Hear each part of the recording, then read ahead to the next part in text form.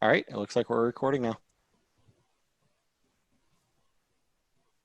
Good evening, ASD Virtual K-5 families. We're excited to have you here today. We have two guests, not guests, they are Calvert Learning specialists. Jennifer will be going through parent orientation and giving a little more information about Calvert Learning and the parent role. We do have the Q&A, so if there are some specific questions, Jennifer will stop throughout the presentation and take an opportunity to answer questions. And we may just answer some questions by typing out also. We are super excited that you're here, and we hope things are up and running for you. And we hope that you will also take advantage of the live sessions that are happening next week and throughout the month of September to help just get familiar with Calvert Learning and what your role looks like. All right, Jennifer, thanks. Thank you. And so what we're going to cover tonight in terms of making sure that you know everything that you need to know to help you get started, we really want this to be a very practical session since many of you have already started your program. And so we will start by looking at what it's like to log in, how to launch the course, and how to get to the lessons. We'll also focus tonight on some really great ways that you can use the resources that are available in the lessons to help support your students as they're going through their daily work. So to begin, I am actually going to log in as a parent. And so this is a parent login that I will be jumping into here. And if you've logged in as your student, then you'll notice that there's not a whole lot that differentiates between the student login and the parent login, especially when you are looking at this dashboard. So what you will see when you first log in are all of your students' courses listed here. As they continue to work through each of their courses, you'll see the student scores, you'll see how many days they've completed out of the number of lesson parts there are in the full course. So if you're looking at this grade 5 math course, there are 169 assignments. The student has done 9 of them so far. Based on the start date for this course, the student should be at 25 out of 169 lessons here. And so that's why the student's progress indication here is yellow. Now, some of this is subject to change based on the start dates and end dates that we put into the course. This is just a demo, but you'll notice that the quick information that you get on this dashboard, the color, lets you know if your student is on track or if your student is starting to fall behind. Some other things that I do want to point out about this dashboard before we jump into the content itself. I'm going to scroll down here all the way to the bottom. This demo account does have quite a few courses loaded into it, but you'll see that you can get a quick little visualization. So a quick color-coded map down here of how well your student is doing in each of their courses. So if your student has green across the board, that means that your student is on track and is doing really great. That means that your student scores are greater than 70% in each of their subject areas. If you've got green and yellow, that means that your student is doing well in some courses and might have some room for improvement in others. If you see red, then that means that there is a course that your student has a grade that is below 50%. So if you see here, I have one in each category. Some other things to note just about this initial login screen is that you also have access to a gradebook. And this is just another way to visualize what your student is doing in each course. So my student courses are listed here. If you click on View Details, I'm going to do this one since I have a score in this demo account. I will see all of the assignments for this course. I can also see the dates when these assignments were completed.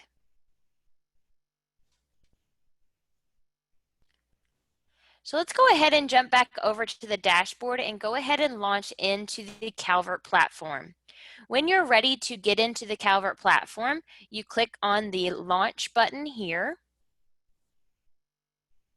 and it will take you to that Calvert dashboard. This is really where you and your student will spend most of their time each day. I'm going to make this a little bit larger here so we can see it a little better. Every day when your student logs in, he or she will see 5 days worth of lessons at a time. This blue progress bar will indicate the day that your student is on in the content. As your student completes lessons, they will show as completed here on that daily schedule page.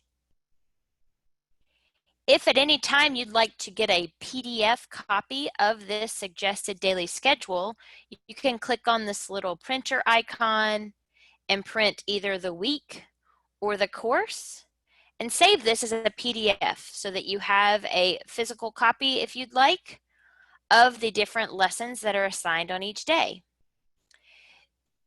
These links to the lessons go to the lesson parts themselves. So here I am on day 5. And if I look for this incomplete lesson part here, what's wrong with the porpoises part 2? If I click on this, it's going to take me to the lesson itself. And so you'll notice here that this is the content that is built into the lesson for the student. There are some things that I do want to point out about the way these lessons are written. First, the content, so all of the words in the different lesson cards here are directed to the student. So you will see here to do this, you are going to reread a page from Porpoises in Peril. And so this really is designed to be student facing. So these are the directions for the student. If you have a student that needs a little additional support with their reading, especially if you have a younger grade level student, this content can be read aloud to them by pressing play. And we can also translate this content into Spanish, Chinese, or Arabic. Some other components of the lesson that I do want to point out here that are really important is that for each and every lesson that your student does within the platform, there will always be some sort of submission. And this submission is what we use to determine whether or not a lesson is marked as complete. So I'm going to scroll down here towards the bottom to show you the submission for this lesson. So for this lesson, the submission is a rate your understanding question. A few things that you'll see here is that since I am logged in as the learning guide or the parent, I can only view the submission. I can only view this rate your understanding question. I cannot submit it. It says preview mode, your score will not be recorded. But your student will need to submit their response to this question in order for this lesson part to be marked complete. You'll find different types of submissions within the platform. Sometimes it might be a question like this where a student needs to stop and think about what they've learned and really think critically about whether or not they feel like they understand the concept. Other times, your students might do a quick check, which is going to be a question that pertains to the content that they learned within that individual lesson part. Those quick checks do count as scores towards your student's grade. You'll also see use for mastery assessments. We can take a look at one of those together right here. These use for mastery assessments are typically going to be a little bit more open-ended. So your students usually have the choice of typing in their response or uploading a file. If they'd like to handwrite their response and take a picture of that submission, they can upload that here. Sometimes your teachers might provide you with a different type of assessment, a different submission for these Use for Mastery assessments. In those cases, you'll go with what your teacher has assigned rather than what's in the lesson itself. Some other items that I want to talk about in terms of the way the courses are structured and designed. I do want to talk a little bit about this PLUS framework. We covered this in our last parent orientation session, but I do think it bears repeating because the projects in particular can sometimes cause a little confusion. The projects are items that students are going to be working on throughout the course of a unit. And students will stop and work on these projects as they go within the course of study. So if you look at this first unit here for grade 1 or grade 4 English Language Arts, you'll notice that there is a project. And so the first lesson is designed to introduce the project to your students. Your students do not need to complete the entire project on this first day. This truly is just to let them know what they're going to be working on throughout the rest of the unit. And so you can take a look at the different times when your student will stop and work on that project in the unit. We build this time into the lesson parts so that your students have plenty of time built in to use their new knowledge on that project. You'll see at the end of this unit, students have a few days to put all of the finishing touches on this project before submission. The L in our PLUS framework, so if we're going back up here to this framework, that's where your students will spend most of their time in the lessons.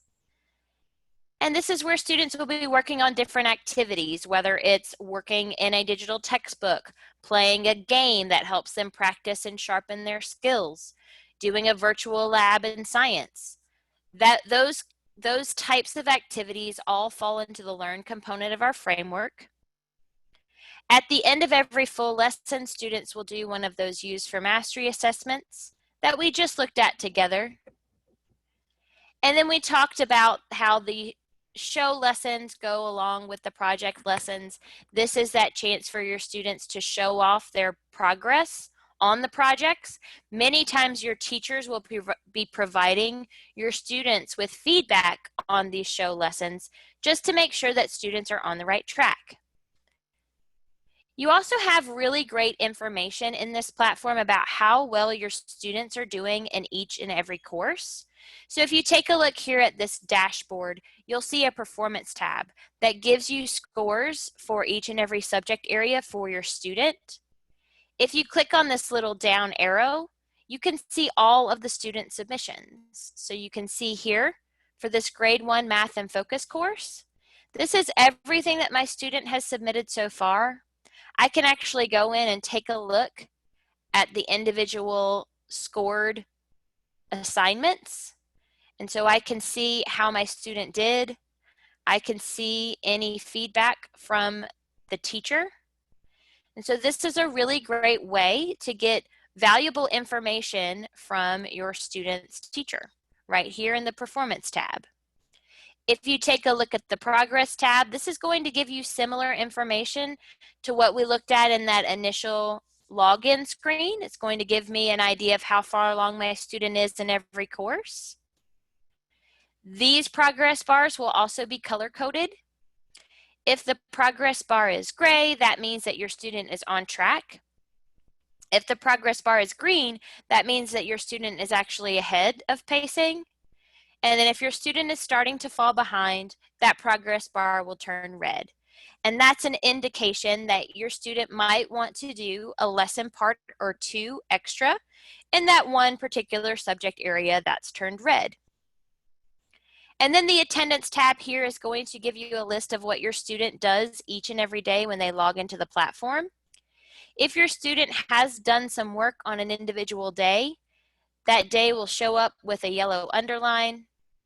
And when you click on that day, you can see the lessons that your student submitted.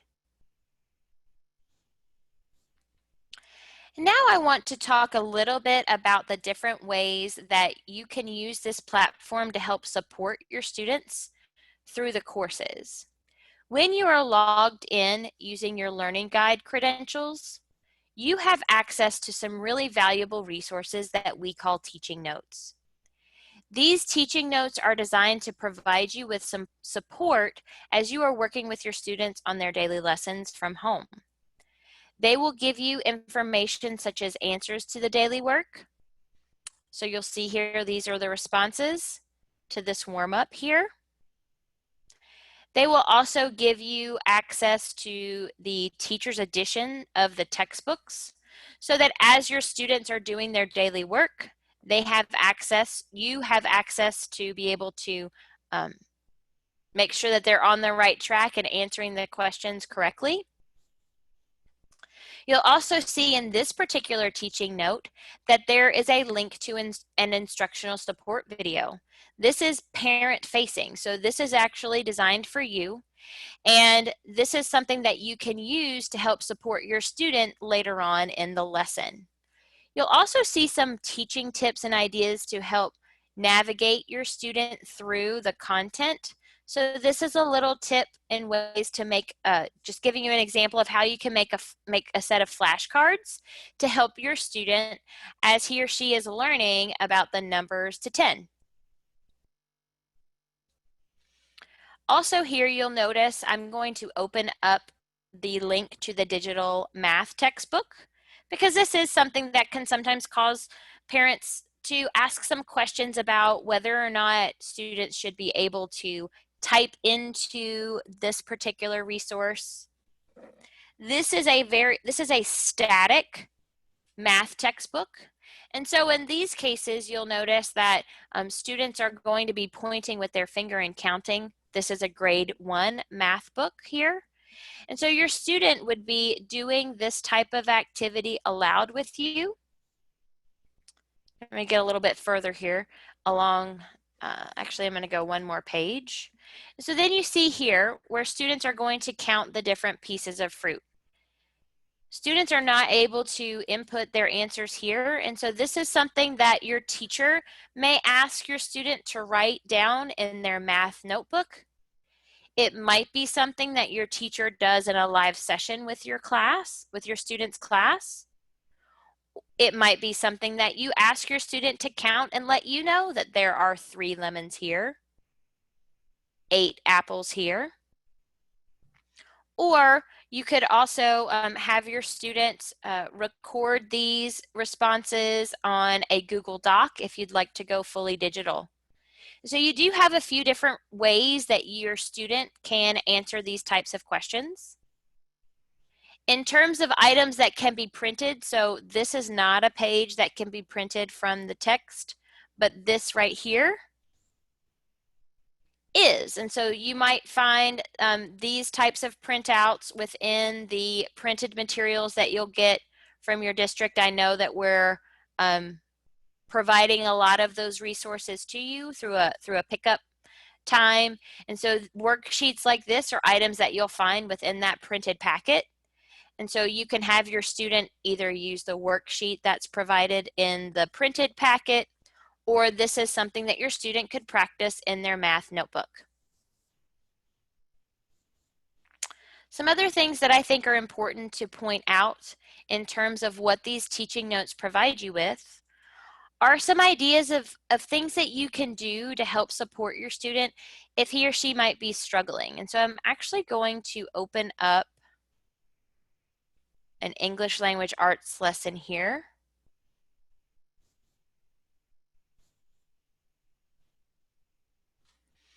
And so you will see in this particular lesson that these teaching notes are going to give you some examples, in this case, of ways that you can break the content up into smaller chunks for your student so that it's a little bit easier for them to understand.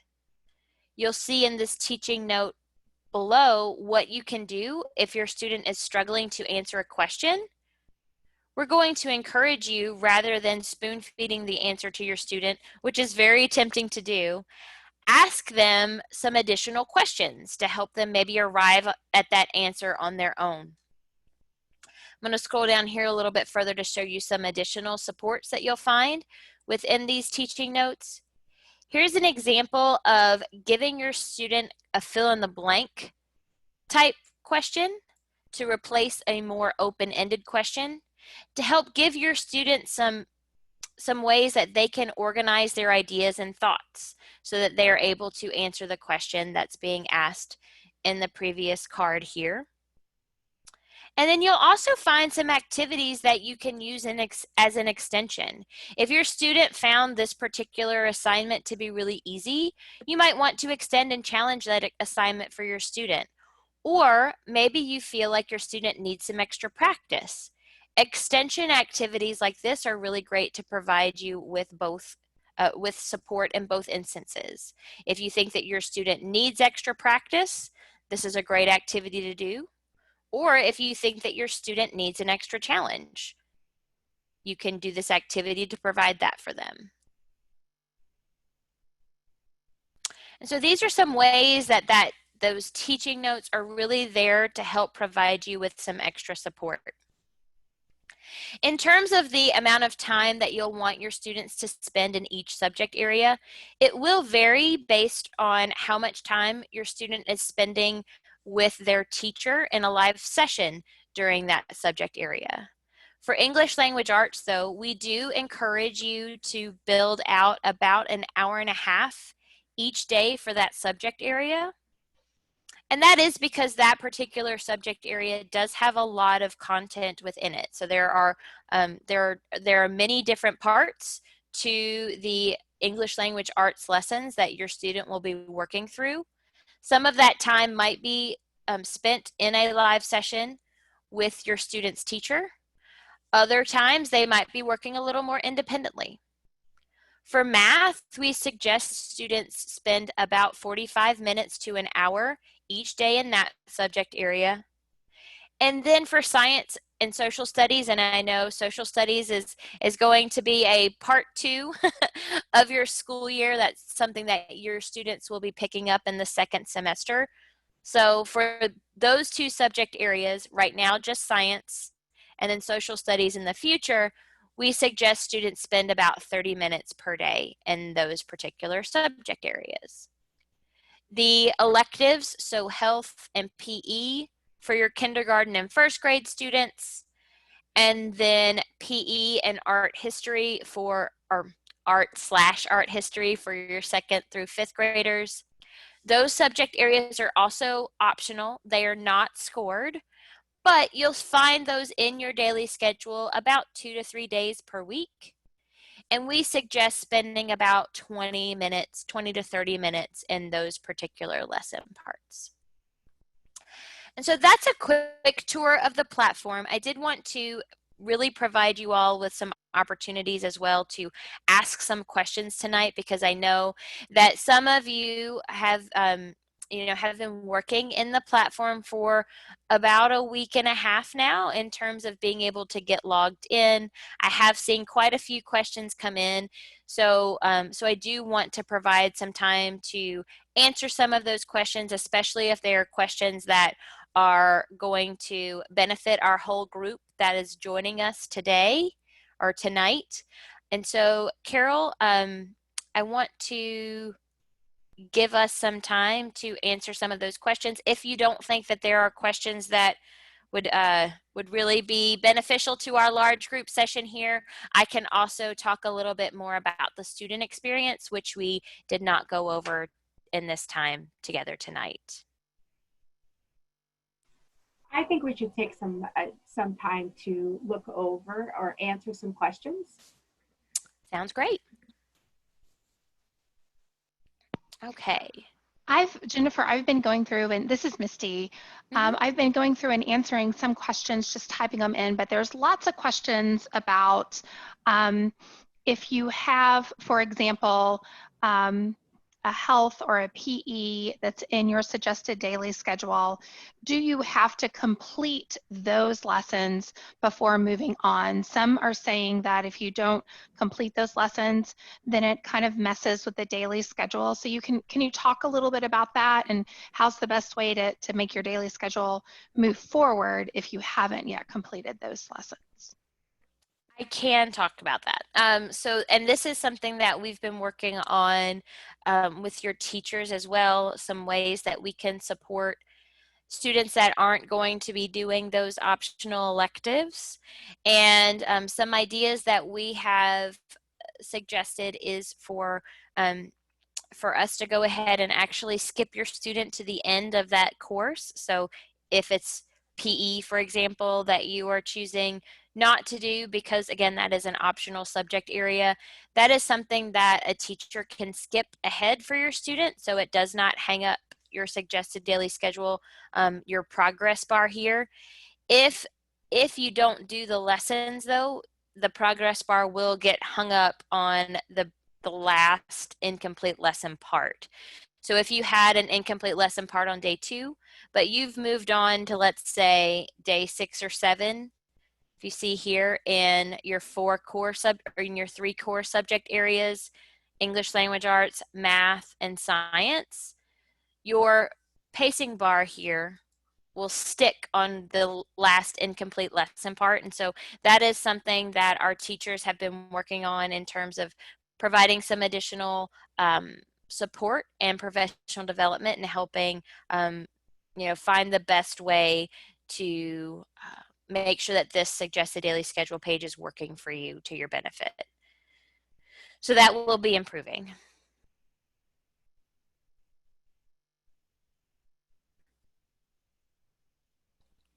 Misty, were there other questions that would be yes, good sorry, to I cover was right coughing and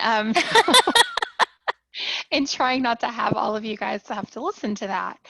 Um, so that was really good information, Jennifer. Thank you for sharing that. There's also lots of questions about just trying to keep up with the semester pace. So, for example, I think that someone said, forgive me, I don't remember the name of the parent that chatted it in, but there are 76 days. They went through and actually counted. There are 76 working days for the Anchorage schedule, and there's just not, the parent was commenting, there's not a great breaking point to move like from one semester to the next. Can you talk a little bit about how could parents compensate for that, or do you actually have to have a true breaking point in moving from one component to the next?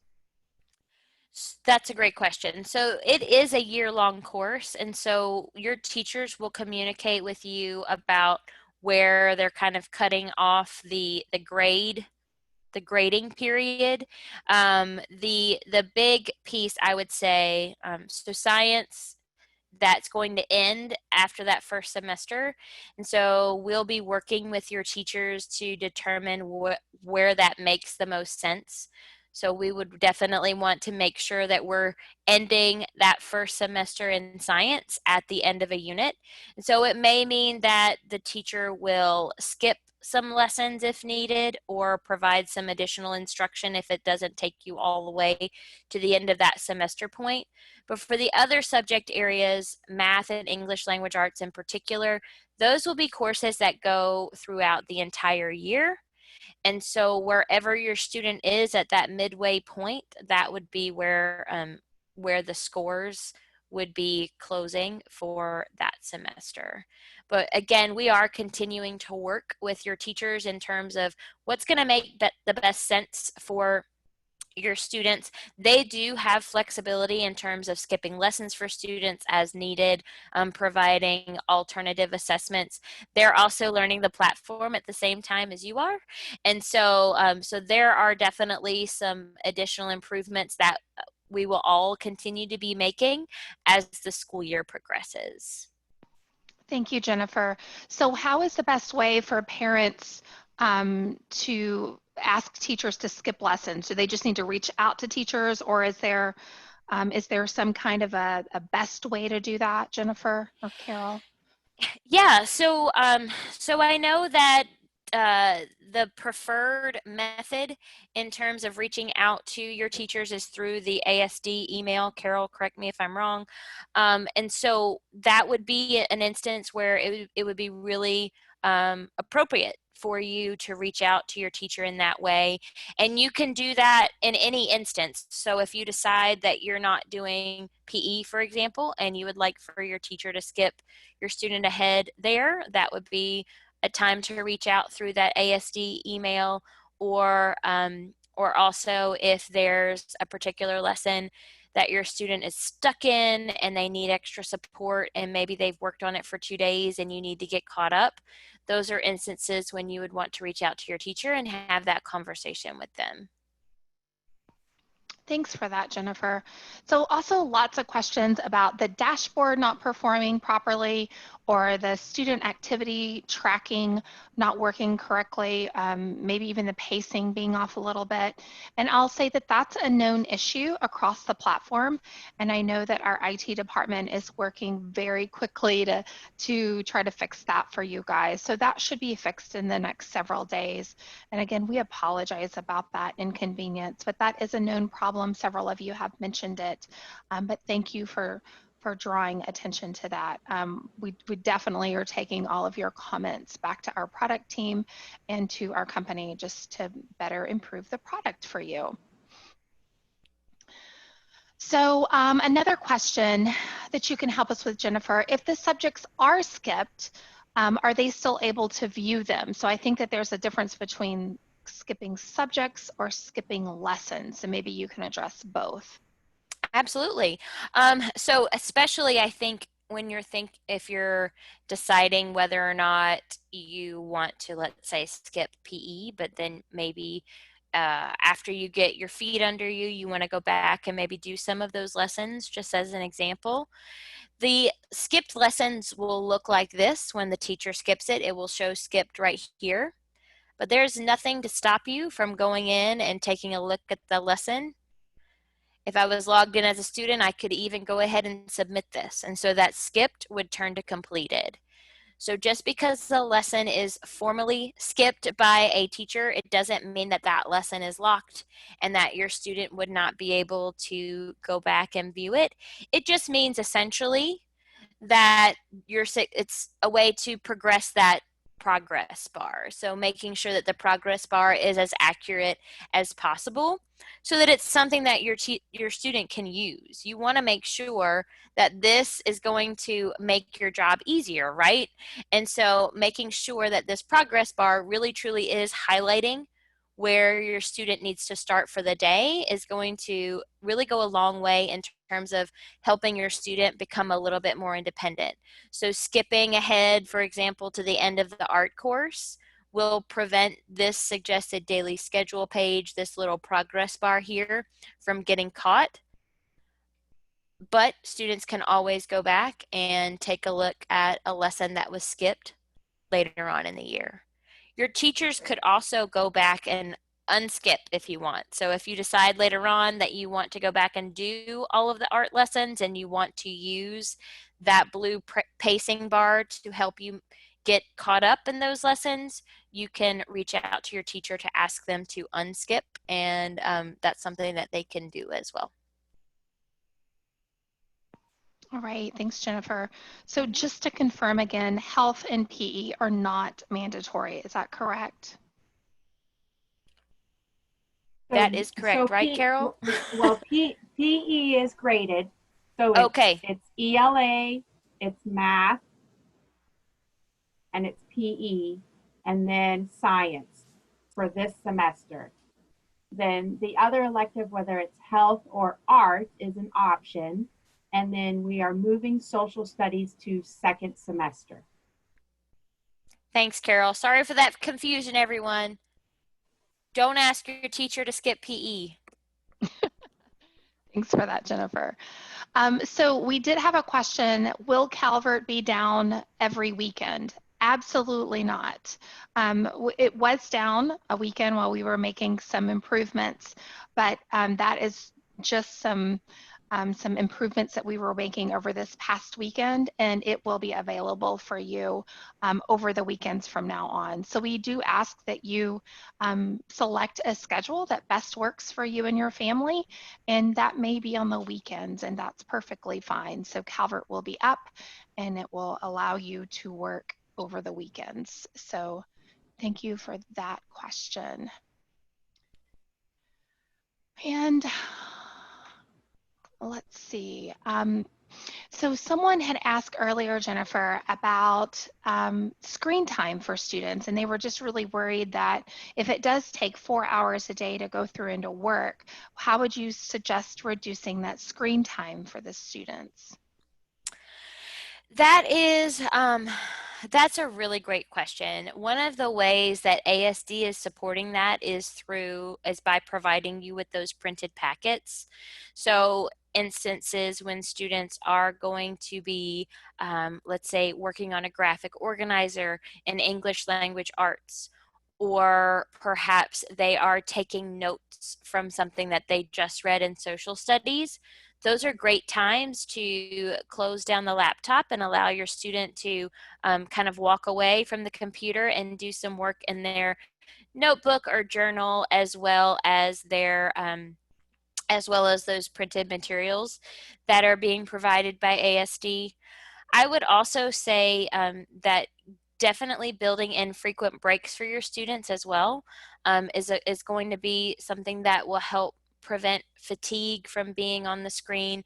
I think that there's definitely a difference when you're thinking about screen time when students are playing a game or watching television compared to active learning opportunities. And so while we definitely do not want students staring at a screen all day or even sitting all day, providing frequent opportunities for students to get up and move around will help cut down on some of that time that you feel your students are spending extended time on a screen. Thanks for that, Jennifer. Can you talk a little bit about how much time is required by parents to adequately prepare for lessons? And should that be done a couple of days ahead, the night before, the morning of? What do you suggest? That's a really great question. And I think it depends on how you work best. I am more of I'm not as much of a planner, I guess I would say that. And so I would be the type of parent that would try to get up early before my student does and just take a quick glance at what we're going to be doing for the day and make sure that I'm prepared. So that's one option. But maybe you're not a morning lark, so to speak. You're a night owl, and you could look at the lessons for the next day at night before you go to bed. Other families might work best if they look ahead, maybe the Friday afternoon at the week ahead. So the next week you spend Friday afternoon, typically day 5 in your schedule. So every 5 days will be a little bit lighter in terms of work. And so maybe you build in some independent reading time for your student at the end of a Friday and take that 30 to 45 minutes to plan and prep for the next week. I've also seen some parents just spend a little bit of time on a Saturday or Sunday morning just looking over the content for the next week. So I think it really depends on how you work best and how you feel most comfortable. If you're very much a planner and like to make sure that everything is all set and ready to go, then I think Friday or Monday, looking at the week ahead, is a great way to build in that time. If you want to make sure that you're staying on pace with the student, you could definitely do that morning of. Especially if you do it that way, then you're going to know exactly what your student did not complete or completed the day before, so you're able to use that information to help you plan as well. But I would also encourage you to, especially if you have older students, to involve them in the planning process as well. So maybe on Monday, sit down with your student and the two of you together look at the week ahead, take a look at the different topics that you'll be studying, take a look at the materials list. So if you're looking at an individual lesson, you can take a look at the assignments and the books and materials that you'll need for the week and get a little bit of a head start there, and include your student in the planning process as well. This is especially for those older students. Again, that's going to be a great way to help prepare them for the future, to help them become good students, is, sitting down and letting them know and talking with them about where their learning will be taking them for the week and involving them in the process. Those are some great suggestions. Thank you, Jennifer. And while you're in, we actually had a request if you could show us how to make the font larger. Absolutely. So, the way you guys are using Chromebooks, I believe. And so the way I do it actually is when I'm on a page, I hold down the control key. Whoa, easy for me to say. And then the plus sign, and that magnifies it. You could also, though, go up here to the little 3 dots and click on Zoom, and you can make it larger that way. Another thing that you can do if you're in an individual lesson, this little hamburger icon up here, you can click on that to close that left side navigation pane, and then you can actually zoom a little bit more. In the texts themselves, sorry, Misty, there are also ways that you can magnify the content. So for the science text in particular here, you would actually use that same zoom feature.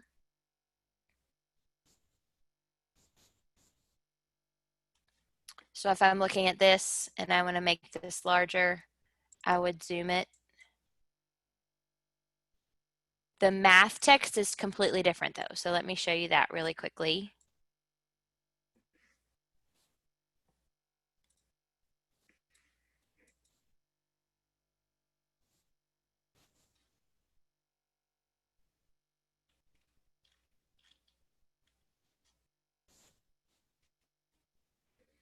So for the math text, if you zoom in using your browser, it doesn't really help that much.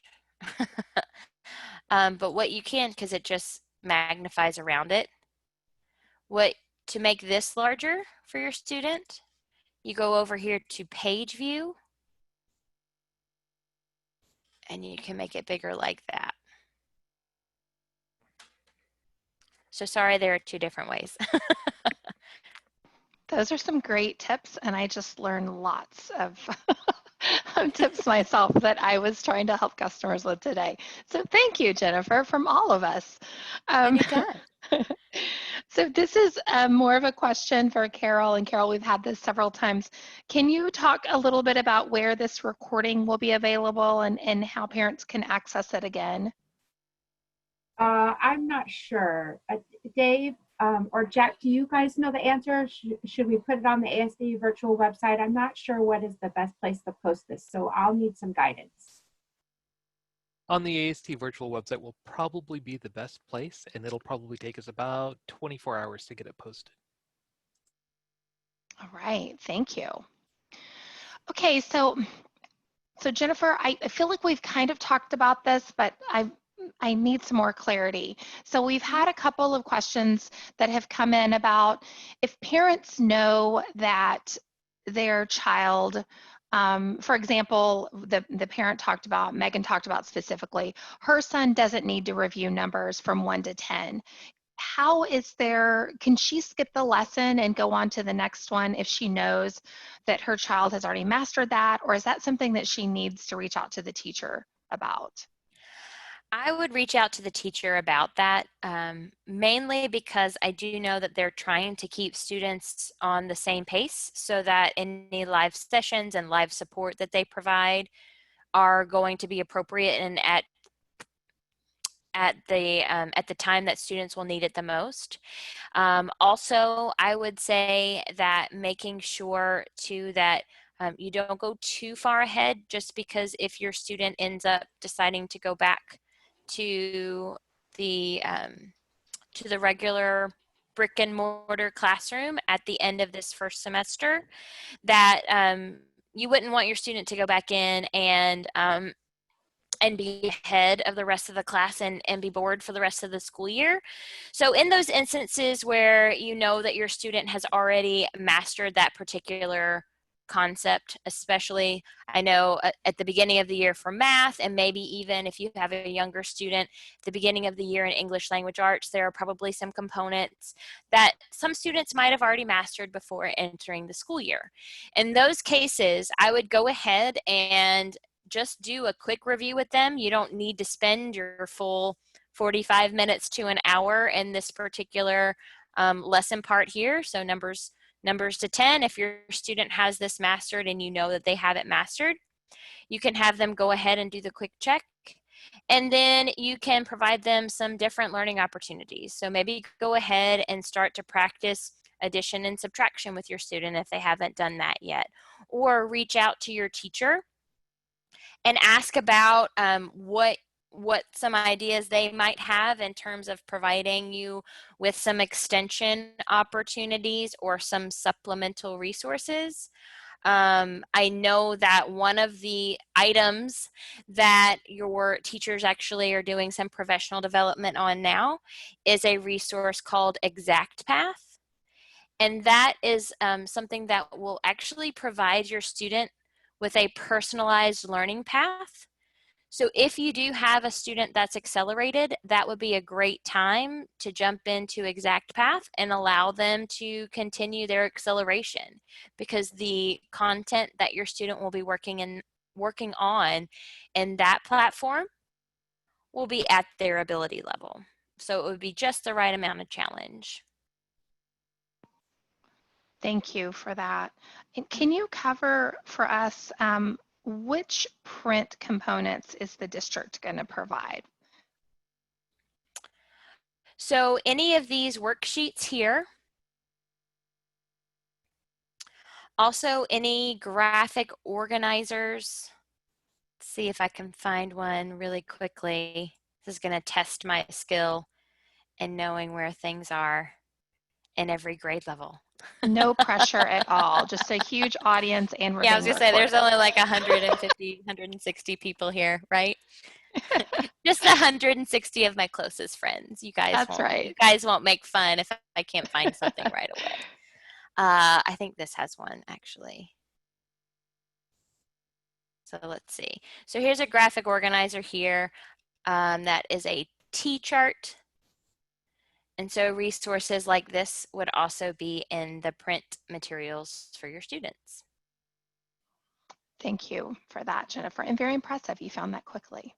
Well, I talked while I was clicking around, so I kind of cheated. So will you talk about, Richard has a question. He wants to just make sure, double check.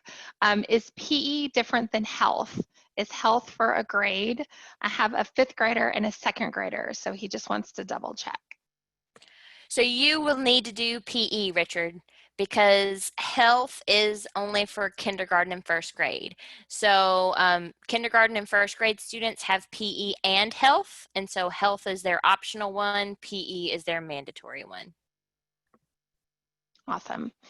And will you talk a little bit about, we have somebody from the McCreary family that's worried about the different links within Calvert, and they're worried if the links are secure and if it will cause the computer to get a virus with any of the links.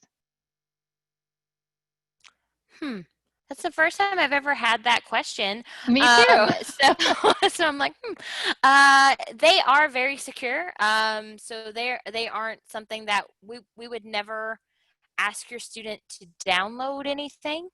And so usually, so like this right here is a good example of a link that is something that we have hosted. The third-party resources are well vetted. So in this case, this is a resource from Pearson, which is a content, it's a textbook publisher. And so those are very secure.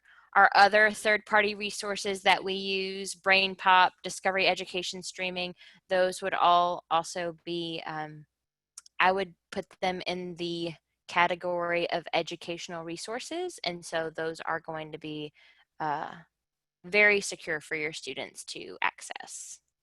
Thanks, Jennifer. Mhm. So here is a question from Mary Ann. When my student completes an assignment and saves it to her Chromebook, and or saves pictures and videos of her work, can her virtual teacher access these pieces, or is it just saved on the Chromebook locally? If it only saves on the Chromebook, how do we get the assignments and the videos and the pictures over to the virtual teacher? That is a really great question. So part one to your question is it is only on the computer. So your student's teacher does not have access to your student's individual device. Now, some teachers, with that being said, some teachers may have a Google Drive account that they share with the students, that students, like a Dropbox almost, that students can submit work through. But one of the things that I do want to encourage you on is as your students are going through the individual lesson parts, the assignments that they're doing, whether it's that T-chart that we looked at here in this grade 1 English language arts lesson, or it's the worksheets or workbook pages or textbook page problems that students are doing in math, those are all classwork assignments. So those are all assignments that students are doing as practice. So these are opportunities for your students to learn the skills that we're asking them to learn and give them those practice opportunities so that when it's time for them to do a graded assignment, they've had the chance to learn the content, to practice the content before they're officially scored on it. So what I've done is I've actually opened up just a quick little course outline here, course of Unit 1 for Grade 1 English Language Arts. And so the items that your students will be scored on are these quick checks and the Use for Mastery assessments. Everything between this opening lesson here and this Use for Mastery, those are all assignments that your students will be practicing and doing to help them prepare for this Use for Mastery assessment. Now, if you are perhaps having your student handwrite a submission here, and then you have that saved file that you want to upload here as a response, what you would do, and it's a shame that I'm not logged in as a student here. The way this works is you click on this blue, it will be blue for you when you're logged in as a student. This little blue box will open up another notification box, another window that will give you the option of selecting the file that you wish to upload. And then you can submit that work through these Use for Mastery assessments. That is great information. Thank you. So we have just a triple, maybe quadruple check for understanding. So health is optional. PE is not optional. Social studies is slated for next semester. Science needs to be completed this semester. And English language arts and math are the overarching priority courses. Is that all correct? That is correct. Okay, all right. You got, we got it. You passed the test for the night. That's right. That's right. All right. So I hope that was clear to you folks. I know there was still lots of questions about that. So thank you. Oh, there was another question I marked that we were going to answer live. Let me see if I can scroll down and find it. Oh, lots of questions about spelling, Jennifer. Can you talk a little bit about, I know there's not spelling specifically covered, but what do you recommend for that? There's lots of parents that would like to somehow cover that.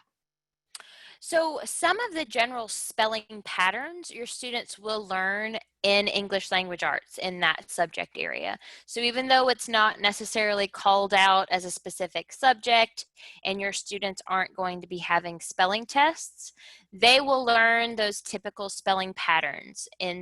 For students in those younger grade levels, kindergarten, first and second grade, they're going to start learning about the consonant vowel consonant words, and then move into the different ways to create long vowel sounds. They will also learn that, the traditional pattern of I before E except after C in grade 3. And so your students will be working through some of those spelling skills. It's just not necessarily called out as a separate subject area. If you are looking to sort of provide some of that extra practice for spelling, maybe maybe you want to do some of your own spelling tests outside of the content, I would suggest using the vocabulary lists that are at the beginning of the every time your student reads a new text in English language arts. And I wouldn't just focus on the spelling component there. I would actually focus also on the meanings of the words, and that will help prepare your student for reading the new text in English language arts. So that could be something that you could do if you're looking for kind of that extra challenge for your students. It might not be something that you want to think about right now as you're just getting started and just, getting your feet under you in terms of what's going to work best for your schedule, how you're going to ensure that your students are doing their daily lesson parts each day.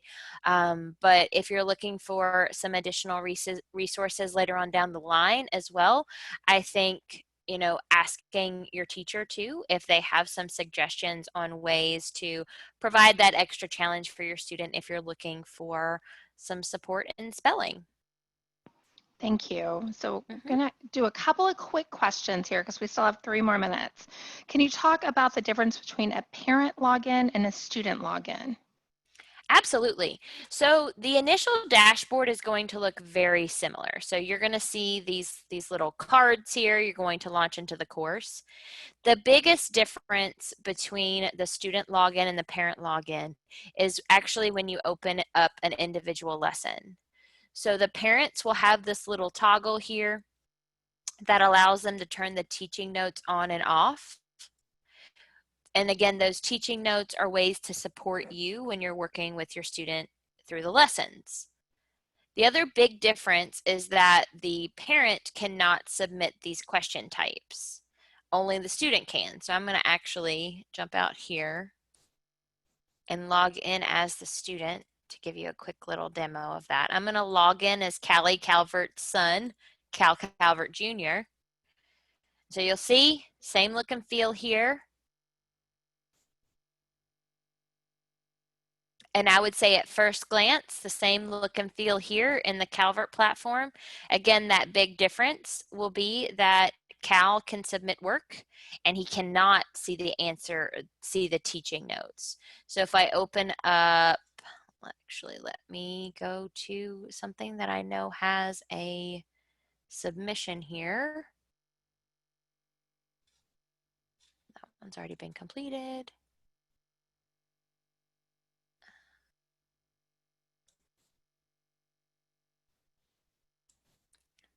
So I've opened up this lesson here. You'll see that I have the ability to do that file upload. So this lets me select something that I can turn in for grading. Oh, of course, I picked something that does not follow the file format. Here we go. Okay, and so, PDF, I need to do a PDF. So you'll see that here, or I could have typed in an answer here. And then since I'm logged in as a student, I can click submit. And you'll also notice if I open up a different lesson here, I don't have that toggle to be able to see the teaching notes. I'll say too, another difference is on this notification page here. So anytime work has been graded by your teacher, or you get a notification that your student has been granted a retake for an assignment by the teacher, you'll get a little notification up here. And for your student, you'll actually be able to click to go directly to that assignment. When you're logged in as a parent, you'll just see the note from your teacher. But as a Great. That student, was you can actually a click. question that had come in too. So they can see the submitted work from the student login, but they can only see the teacher's comments from the parent login, correct? Nope, you can see it from both places. In the notifications here, only on the student login will you be able to actually click. Oh, okay. Okay. Um, So we have some parents that say that they couldn't find the graded work. They couldn't see what was submitted. They could only see the teacher's comments.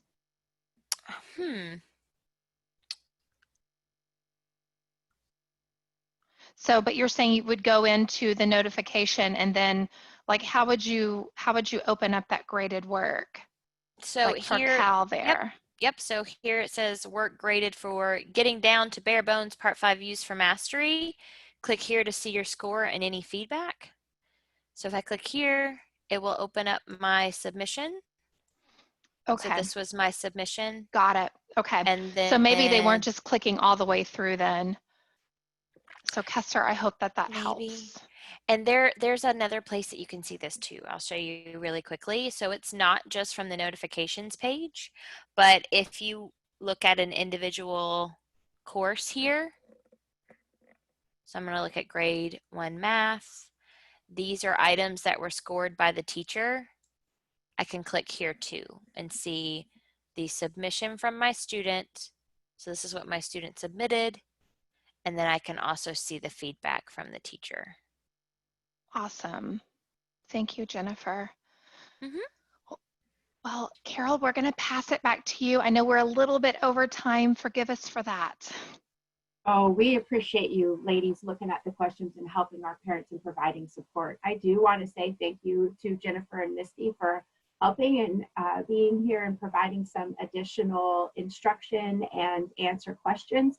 We certainly are glad that our parents had an opportunity to ask questions and hopefully get a little bit better about Calvert learning and feeling a little more confident about it. Again, I'm going to encourage you to attend the live sessions from Calvert Learning that will be happening through the month of September. I did send out another communication about that today with those links. And we sure appreciate you being here today. And we hope you have a good evening. And it looks like the sun is shining. So I hope you get a chance to get out and enjoy some sun. Take care, everybody. Thank you. Bye-bye.